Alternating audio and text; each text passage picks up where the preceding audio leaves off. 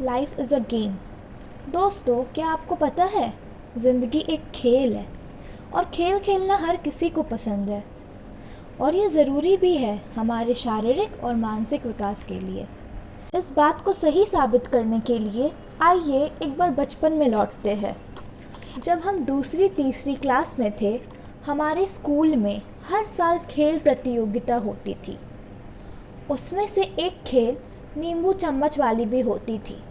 खेल का नियम था, चम्मच में नींबू रखे हुए ही निश्चित दूरी तय करनी है। नियम यह भी था कि सबसे पहले आगे निकलना है, लेकिन नींबू नहीं गिरने चाहिए, अन्यथा आप खेल में जीत नहीं पाएंगे। क्या था इस खेल का उद्देश्य, कभी सोचा? कहने का भाव है, जिंदगी में हमें संतुलन सिखाती है यह खेल। नींबू हमें यह सिखाती है कि संभल संभल कर सबों को साथ में लेकर आगे बढ़ना है। अगर आप जीवन में आगे निकल भी गए और आपका नींबू यानी आपके रिश्ते, आपका स्वास्थ्य, आपकी भावनाएं कमज़ोर रह गई तो आप पूर्ण सफल नहीं माने जाएंगे। इसलिए जीवन के खेल के हर नियम को जान लेना उचित है और इसे एक कहानी के माध्यम से समझते हैं। एक बार एक बहुत धनी इंसान की पुत्री जिसने MBA किया था, वह लड़की एक 10वीं फेल लड़के के प्यार में फंस चुकी थी। सबों ने उसे बहुत समझाया पर वह ना मानी। माता पिता भी चिंतित, क्योंकि उनकी पुत्री की पूरी जिंदगी का सवाल था। एक बार एक प्रसिद्ध संत उसी धनी इंसान के शहर आते हैं। वह धनी इंसान अपनी कहानी संत महात्मा को बताता है। संत ने कहा, इतनी परेशानी की तो बात ही नहीं, चलो इस खेल को खेलते हैं। उन्होंने उसे एक तरकीब बताई, युक्ति से मुक्ति। अगले दिन पिता ने कहा पुत्री से, बेटी, मैं तुम्हारी शादी उस लड़के से करने को तैयार हूँ, लेकिन तुम मेरी इकलौती बेटी हो, इसलिए उसे घर जमाई बनकर रहना होगा और शादी के बाद मेरे कारोबार, फैक्ट्री में उसे हाथ बटाना होगा। बेटी खुश हो गई।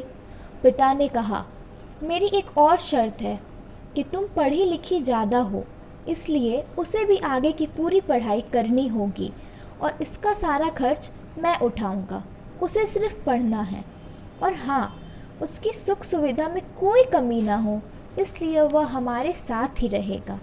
लेकिन जब तक उसकी पढ़ाई पूरी ना हो जाए तब तक उसका विवाह तुम्हारे साथ नहीं हो सकता। पुत्री खुशी खुशी उस लड़के के पास जाती है और सारी बात बता देती है।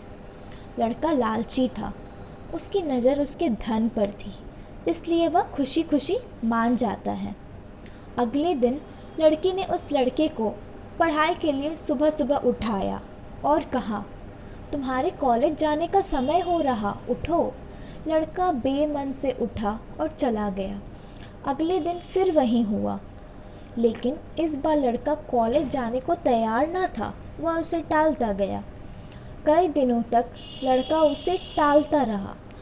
अब लड़की को गुस्सा आया और उसने खुद ही उस लड़के को यह कहकर भगा दिया, जो लड़का पढ़ाई के लिए नहीं उठ सकता, वह मेरे पापा की फैक्ट्री क्या चलाएगा। बस अब माता पिता खुश थे, क्योंकि बेटी ने स्वयं उस लड़के को भगाया था। इन सब में लड़की की माँ ने अपने पति से पूछा, अगर वह लड़का सच में पढ़ लिख कर फैक्ट्री संभाल लेता तो तब आप क्या करते? तब लड़की के पिता ने कहा, मुझे महात्मा जी ने कहा था कि अगर ऐसा हो जाए तो यह एक पुण्य का काम है, किसी गरीब को पढ़ाकर उसे उसकी ज़िंदगी को सही दिशा देना। मैंने सोचा, चलो पुण्य भी कमा लेंगे अगर वह सच में पुरुषार्थी बच्चा हुआ तो, अन्यथा वह स्वयं ही छोड़कर चला जाएगा। कहने का भाव है, ज़िंदगी का खेल खेलना जिसने नियम पूर्वक सीख लिया, उसके लिए ज़िंदगी एक खेल है। आइए इसे और सरल और आसान भाषा में समझते हैं। बहुत समय पहले की बात है, जब गुरुकुल में पढ़ने बच्चे जाया करते थे। एक बार गुरुकुल में एक प्रतियोगिता रखी गई। एक सुरंग था जहाँ अंधेरा ही अंधेरा था। बच्चों को एक द्वार से दूसरे द्वार तक उस सुरंग से गुजर कर पहुँचना था। जो सबसे पहले पहुँचता उसके लिए इनाम की घोषणा की गई। निश्चित तारीख को प्रतियोगिता आरंभ हुई। बच्चों ने सुरंग में प्रवेश किया।